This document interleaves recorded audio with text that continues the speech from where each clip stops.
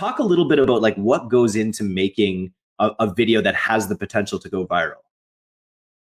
So I mean, like this is something that we were getting asked all the time, especially when we had a couple videos that were doing really well and going viral.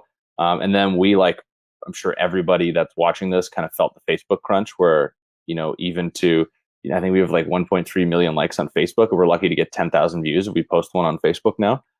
It like the math doesn't make sense.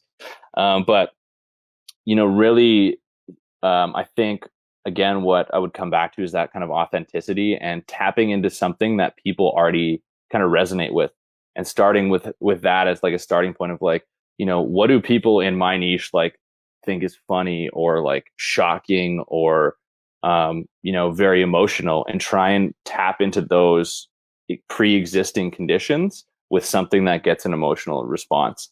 And I think that's like kind of a great starting point. There is, I was going to say that we have Chris kind of put down, like he did a lot of the videos. So he kind of created this guide on what he was using. Like it's kind of like reverse engineering our videos, called Proven, Prohven. And we threw a mastermind event a couple of years ago.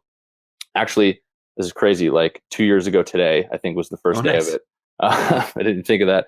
But it's unconsciouscontent.com. I think the PDF still should work. I haven't checked on it in a while, but I can link it to you guys too, if you want to include that in the comments or whatever. But it basically just kind of breaks down like the different elements that we've used in our videos, like to get people's attention, then to like mention the product, to like build a connection and stuff like that.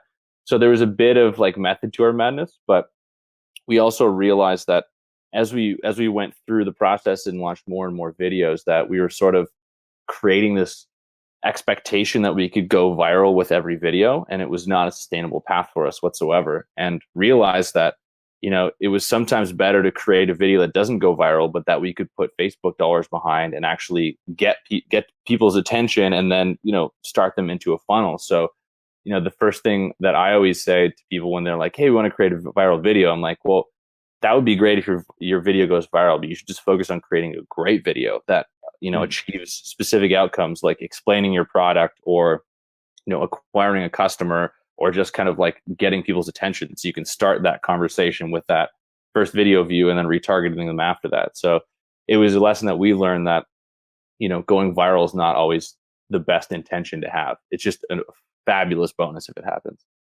Yeah, and that's going to lead potentially to that inauthentic sort of nature. And I think you guys experimented with that. Even you guys went down the funnel. You started with a certain kind of video, and then in order to keep getting it, you had to push it further and further away from its initial value. And we've shot videos that cost $120,000, and that brought in not that much in revenue, like half as much in revenue. Like they were great for brand building. They were seen by a lot of people, so it's kind of hard to measure. But we had acquisition specific videos that were just for Facebook ads that we shot for like $1,000 that would bring in 200 grand in revenue over a couple months. So we just sort of realized, like our initial video before, like I think it brought in about, I would say $2.5 million that we can attribute to it, and it cost us $1,800. So like talk about that video for a sec. So what were the elements that made that one such a success besides tapping into a big wave? Like what was the authenticity that really grabbed people there? Did it address a pain point that everyone shares with the beard or something? I think it was just like, it was original in the beard market.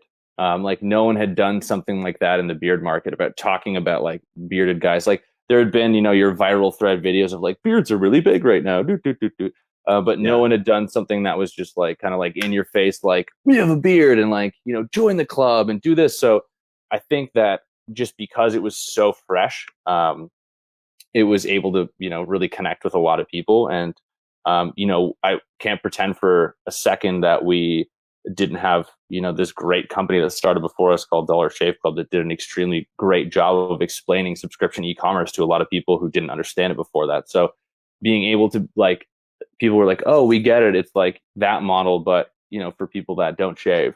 So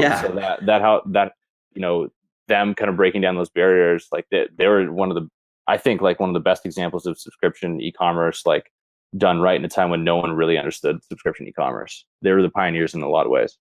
And I really like that you guys took the flip side of the coin approach, you know, like if these guys are doing it on this for this, you know, societal trend, like the societal trend of not shaving is actually bigger, or right now it is, over the past several years has been. So it's like you take the same model, but the flip side of it in a sort of non-competitive space. It's really, I just got my mind spinning about like other, you know, other things that are out there right now that could kind of be flipped on their head and subscribe to on the other side too. It's Art. So are you consistently like what does your time look like now? So are you still, how involved in the day to day at the Beard Club are you? And then what are your main focuses?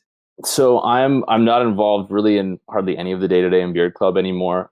We hired an amazing executive team, and even my business partner Chris has just